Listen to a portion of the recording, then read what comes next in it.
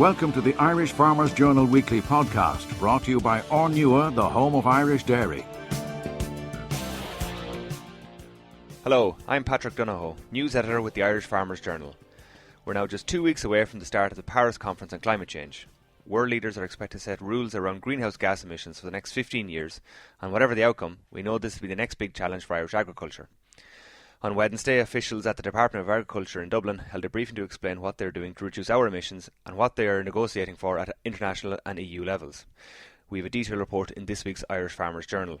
One of the solutions for Ireland would be to expand forestry, an argument developed by Minister of State in the Department of Agriculture, Tom Hayes. The total investment that has been made in forestry since 1990 and is planned out to 2030 is in the region of 3.5 billion euros. This funding has enabled the establishment of over 300,000 hectares of new forests since 1990.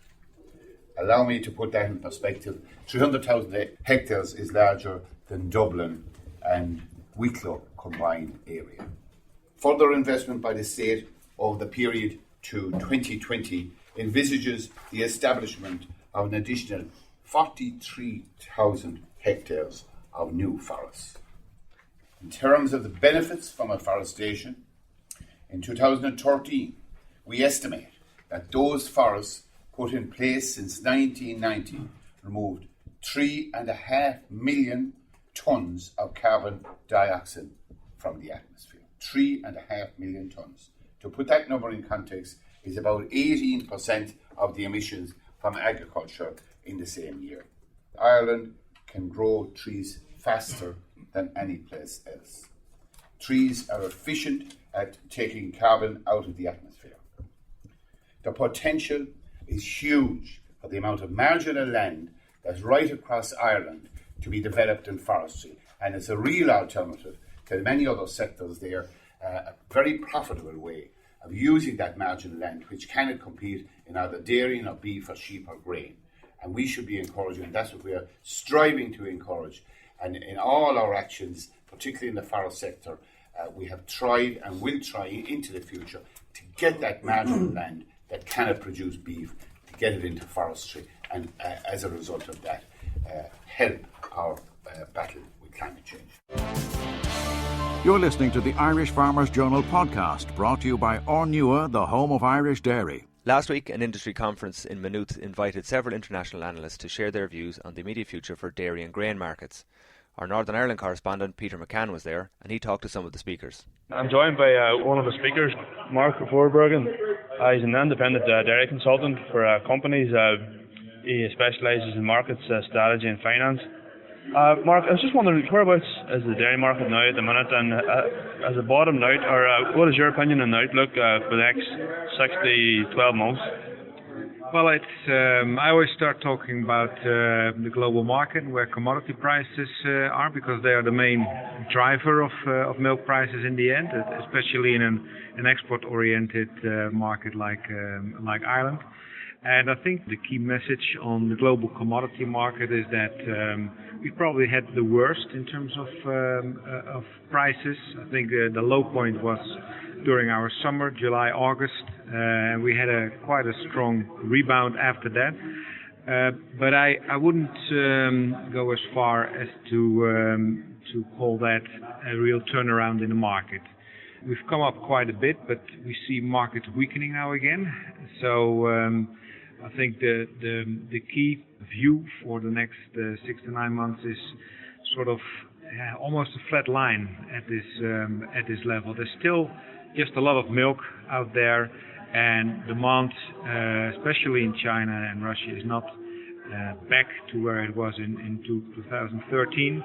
So I don't see enough strength in the overall balance, supply and demand, to really call this a turnaround. So I think the key message for your readers will be that it may take quite a while before we are getting back to more comfortable milk prices. Firstly, because I think the commodity markets will move sideways for quite a while, probably most of the first half of 2016. And secondly, because milk prices always react with a bit of a time lag as well. So assuming that the second half of 2016 will be better in terms of commodity prices, it may take another couple of months before milk prices move to more comfortable levels. So no turnaround, and I think in terms of liquidity, farmers should be prepared to work their way through another 6 to 9 months of, let's say, slightly uncomfortable price levels. Yeah, Mark, and just 16 months down the line, if things that did pick up or turn around, what is going to be the cause of that? Is it going to be the global supply drops, or is there going to be maybe a shift perhaps in demand, or is it a bit of both? Well, eventually a bit of both, but I think the big driver should be supply. If you look at the three key things, supply, Chinese demand, Russian demand, I don't see China and Russia really returning to their old import strength really soon. That'll take probably more time, or maybe even hopefully more time than supply contraction, because milk prices have been quite painful for a while now. So I would see supply react first, and in that way tighten the market and provide some upward support for prices before demand. China, Russia will put things to even higher levels. Mark, thanks very much for your time. I'm now joined by Dan Bassey, who's the keynote speaker at the event. He's president of Ag Resource Company.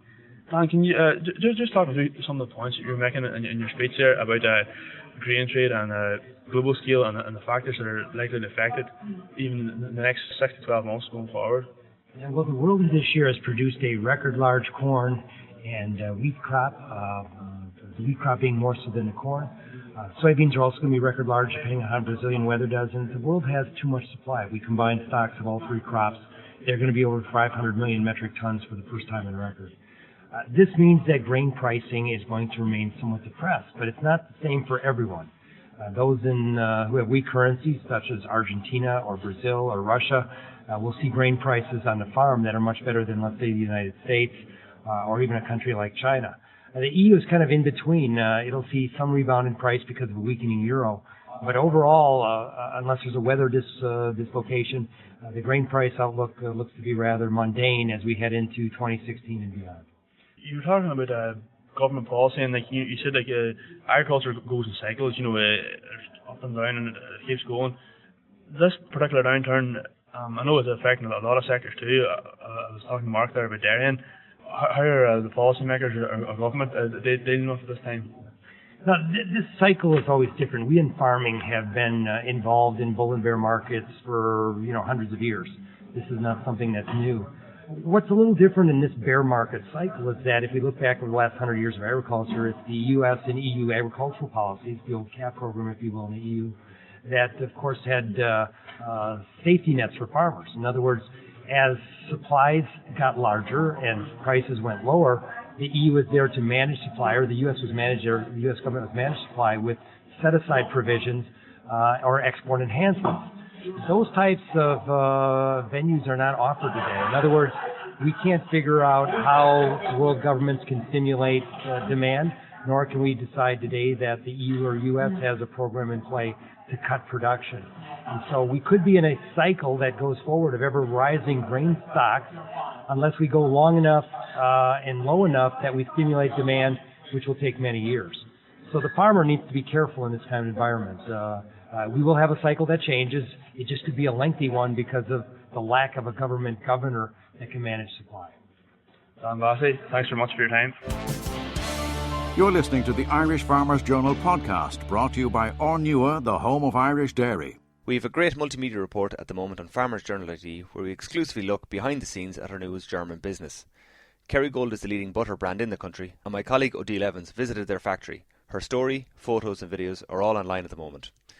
She also went to a local supermarket with one of Ornua's German marketing executives. This is Odile Evans here in one of Germany's premium retail stores, Edeka. Yes. So what's your name and your role? My name is Holger Spee, and I'm the key account manager and the manager for the sales force here in Germany. Okay, and I just noticed from looking at stores, Kerrygold butter is always placed on the bottom of the shelf. Can you tell me the logic behind that? The logic is that you have the most space at the bottom, and the Kerrygold products are the most sold butter here in Germany, or most sold products. So that's very practicable to have a lot of space for the products who are the market leader. And of course the private label products are always at the bottom, and so the customers know the most important product you can find at the bottom of the shelf. And Kerrygold butter here is it's more than 100% dearer than the cheaper brands. Yes. What do customers think about that? They think, of course, it's very expensive, but they know that they can buy a high quality, which you don't get from German cows. Thank you. We hope that you're enjoying this Irish Farmers Journal podcast, brought to you by Ornua, the home of Irish dairy. Find out more at Farmersjournal.ie. This week's edition of the Irish Farmers Journal carries the first page of our regular Safe Family Farms campaign. Over the next few months, we will work to bring all those who live on and around farms on board to reduce the high number of farm accidents. This is a joint campaign with ESB Networks, and as Managing Director Marguerite Sayers explains why her company joined the partnership. Well, first of all, I suppose our connection goes back almost to the beginning of ESB, because farmers facilitated us and landowners in bringing electricity network to the whole country, and in turn then I suppose that electricity allowed farms to develop. So there's always been an interdependence between the farming community and ESB, and we're very conscious of that relationship. So we have a responsibility then from a public safety perspective, because of having network on farms, to I suppose educate farmers on how to work safely around that network, which is absolutely possible but does take some vigilance. But then from a broader, I suppose, community perspective, we're very conscious of the number of farming accidents and the severity of them. And as a company, because of the relationship we have with landowners, we were really, really interested in getting involved in this campaign, again, to try and improve those statistics and to stop people getting hurt and to have the horrific injuries that are being experienced on farms over the last number of years. So that's really what our interest is. And you have responsibility for thousands of workers who work with electricity, which is very dangerous, much like farmers in the end. Any lessons learned from your experience at ESB Networks on maybe things people can have in mind when working in dangerous conditions?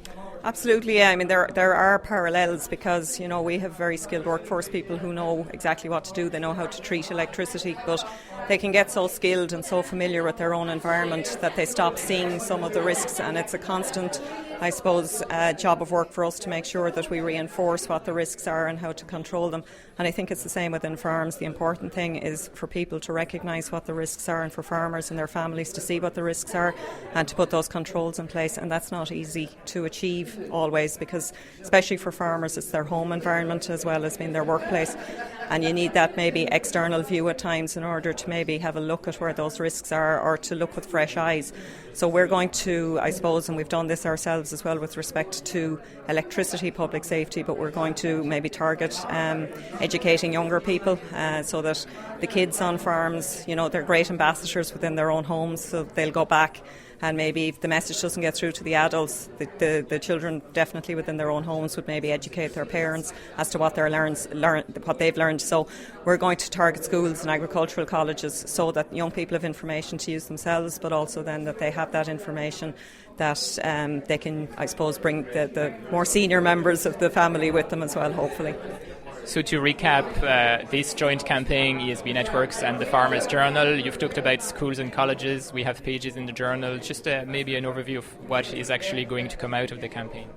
Okay, so over the next year we're going to have some farm safety content every single week in the journal, and that will be jointly, I suppose, entered by both ESB and Farmers Journal and the editorial staff.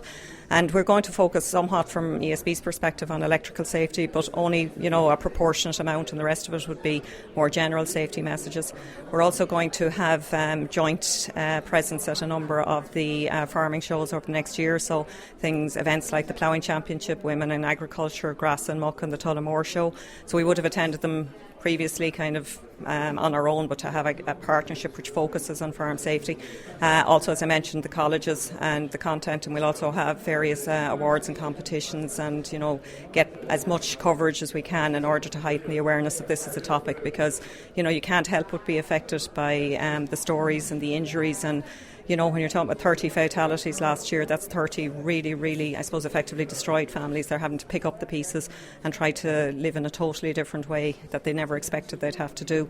And if, we can prevent or reduce the numbers, that's, I'd say there's nobody you'll find in ESB or in the Farmers Journal who wouldn't say that's a worthwhile effort and time well spent, and that's what we're looking to do. Okay, Marguerite, thank you very much. Thank you very much, Thomas. The Irish Farmers Journal Weekly Podcast, brought to you by Ornua, the home of Irish dairy. This Friday, the Farm, Tractor and Machinery Trade Association is holding its annual conference in Killanard, County Laois. We will have reports online on the day and in next week's Irish Farmers Journal. But for the moment, let's get a flavour of the programme with FTMTA President Donald Fitzpatrick. The FTMTA is the representative body of farm machinery manufacturers, distributors and retail dealers in Ireland. And we represent the broad industry issues that our members face in transacting their business. So our conference, we haven't had one for 3 years. So this year, I suppose one of our issues will be, supporting the initiative today with Irish Farmers Journal and ESB. Farm safety clearly is foremost in our minds. Other topics that we'll be dealing with, we're going to be dealing with succession issues within businesses, farm machinery businesses, from one generation to the next. We're also dealing with human resources in terms of managing people. We're dealing with customer relationship. We have a new initiative, new software for customer relationship management. We'll have Peter Keeley there, who's the ex-managing director of BWG Foods. He'll be talking to us about his experience in transitioning that company throughout the changes in the retail sector. You've mentioned succession, and it's interesting because farmers themselves are looking into this issue. It's a big problem. A number of farms don't have a designated successor. Is it an issue as well in farm machinery dealerships? Well, within all family businesses, I'm sure succession ranks highly, and we're focusing basically on the family discussions and the sort of a charter that can be there. So it involves the family in discussion and maybe setting ground rules or setting criteria, so that from an early stage in the thing, people know what the expectations are, and what maybe qualifications or experience, or how people might come about if they want. Some people in families want to stay in the business. Some people clearly want opportunities outside the business. So we're not focusing on the tax and the financial side of it. It's the human side of it within the families, and so that everybody, I suppose, gets a fair chance. Now we're meeting here as part of the Safe Family Farms campaign started by ESB Networks and the Farmers Journal. You've mentioned that will be also discussed at the conference, the FTMTA meeting. A lot of accidents happen with machinery. How can the people who sell the machinery get involved in this aspect and maybe help farmers be safer around their machines? Well, farm machinery retail dealers will have a lot of personal relationships with machinery users, farmers or contractors. So, there's a business relationship there. There's also a personal family relationship, and our members are meeting farmers, are involved with supplying the farm machinery and on farms every day, and we have to support these initiatives. Clearly, we don't want any accidents happening with machinery. Generally, we're taking too many risks, I suppose, and when we need to stand back from it and look at the risks, and we can see that manufacturers are trying very hard to make machinery safer, but it's on the training side and the awareness side, and that people just take time out and just look around the farm and look around the farm machinery, and sometimes it's just as simple as slowing down. And like our members, do want safe machines and safe farmer practices. You're listening to the Irish Farmers Journal podcast, brought to you by Ornua, the home of Irish dairy. We have a detailed feature in our beef pages this week on the Stabiliser beef breed developed in the US. Irish Farmers Journal Northern Ireland editor David Wright met Lee Leachman, one of the first American breeders to believe in the project. We started producing Angus cattle in our family in the 1930s. And in the 1970s, when the European breeds came into the United States, we made crosses, F1s with Angus. And we did it with a number of different continental breeds. And then we started breeding up to those continental breeds, but didn't like the cows. And so then we started breeding F1 bulls to F1 cows. And then we learned that this government research center, the Meat Animal Research Center in the United States, had developed composites and had made hybrid to hybrid matings.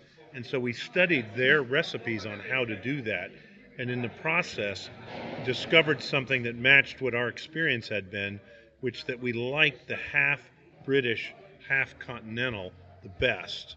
And they had built one with Hereford, Angus, Gelbvieh, and Simmental. And so we actually found a herd of commercial cows that were that mix already, designed by the research center, and we started breeding our top bulls into that herd. And that was the foundation for the Stabiliser. And that was in 1989. And the Stabiliser that's now coming to Northern Ireland, we've a number of farmers who are using Stabiliser. Is it the same Stabiliser as what the original? Is it the same breeds? Has it changed? Has it changed over time? So the breeds have changed. Obviously, Hereford was in the 4-breed mix initially, and we took the Hereford out because the modern breeding systems require animals with less back fat than the Hereford put in. And so we've actually now substituted in South Devon. And so it's this 4-breed combination. But in our system, we've never been concerned with keeping the exact breed mix the same. Rather, we've been concerned with breeding the best animals. And so, yes, it's the same, but those percentages vary. And all the Stabilisers that are here in the UK came from foundation genetics that would have come directly from us in the United States or through a multiplier in New Zealand who was breeding the same cattle. Obviously, the Stabiliser at the minute is mostly red that we have, but you talked a bit about that the black is actually performing better. Well, if we think about gene pools, genetic progress depends on the size of the gene pool. Okay? In the United States, most of the breeds we're using, South Devon, Angus, Gelbvieh, and Simmental, are black. Most of those cattle, I would say those breeds are 80 or 90% black at this stage. Because of that, and because customers want black cattle, the bulls we market in the United States are now 85% black. Because of that, the black gene pool, being several times larger than the red pool, is moving faster. And so that's really what's driving the change here to include the black animals. Where is the breed moving to? Where is Stabiliser moving to? What's your main focus going forward? Well, I think in each of the countries we're in, we want to be selecting those cattle to be the most profitable suckler cows there are, which means we have to pay attention to all the maternal traits, particularly those traits that affect on-farm performance.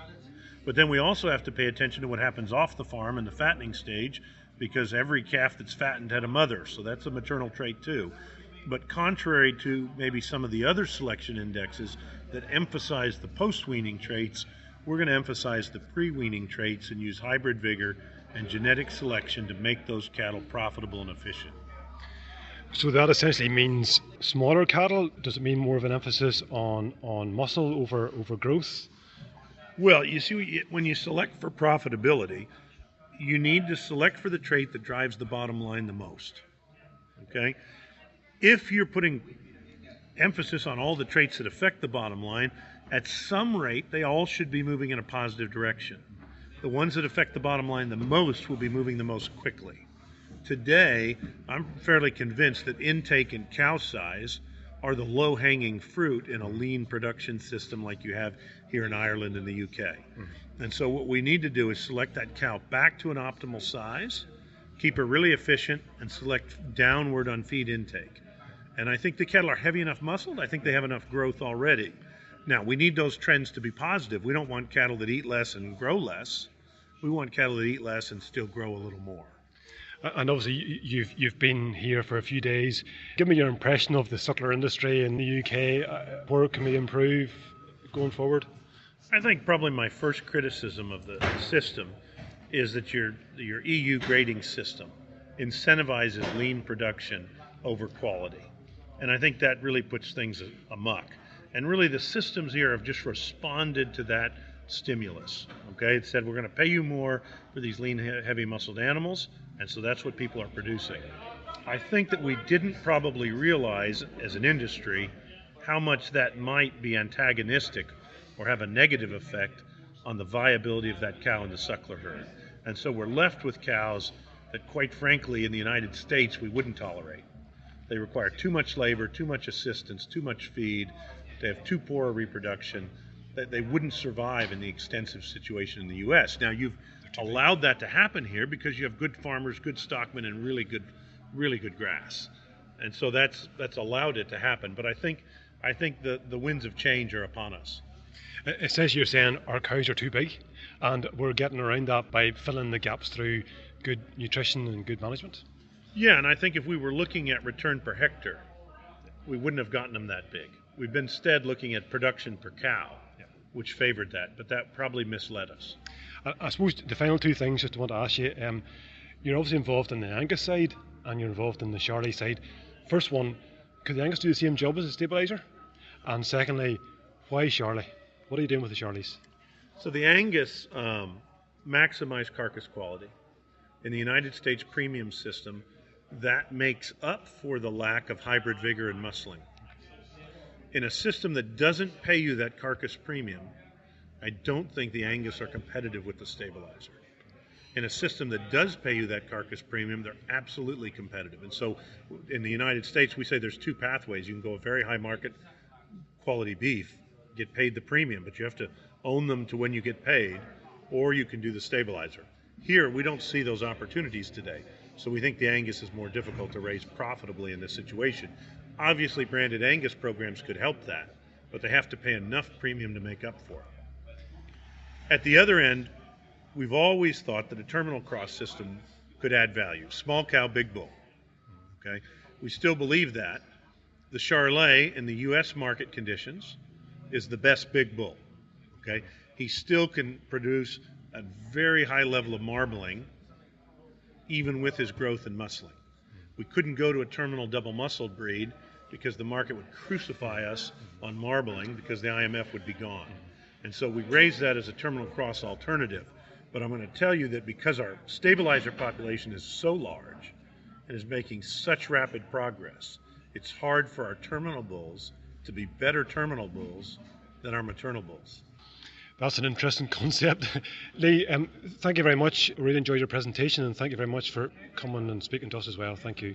And we have some more interviews with Scottish farmers using the Stabiliser breed at Farmersjournal.ie.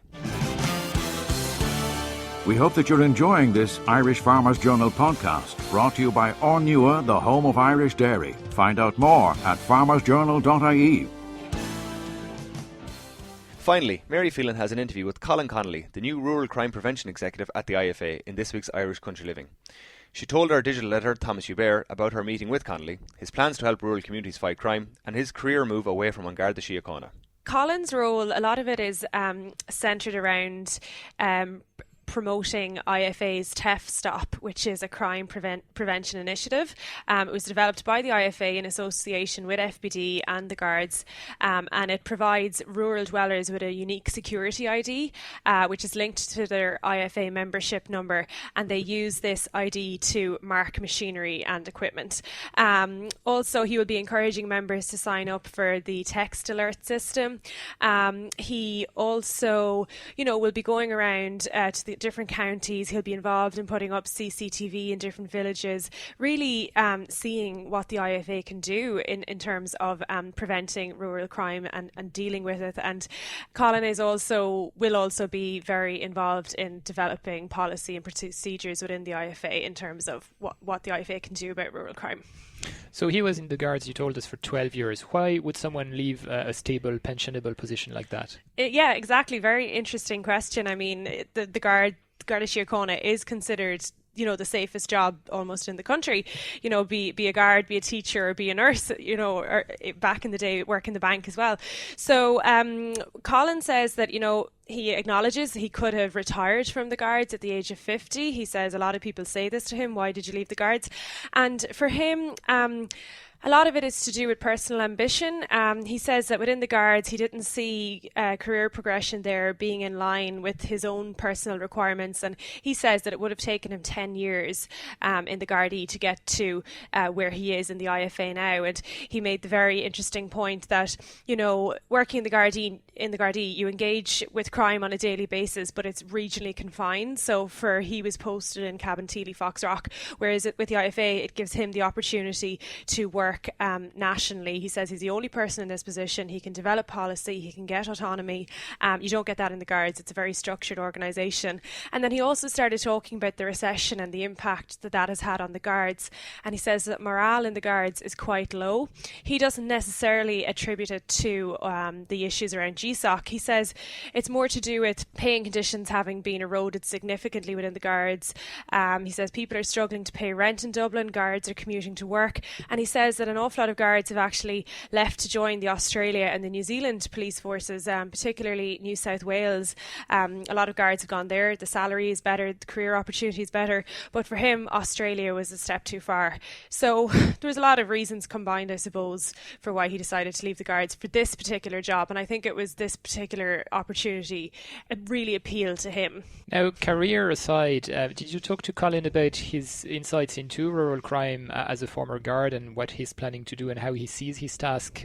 Well, he really wants to, you know, as well as everything else I mentioned, he wants to create awareness. He wants to get people engaged.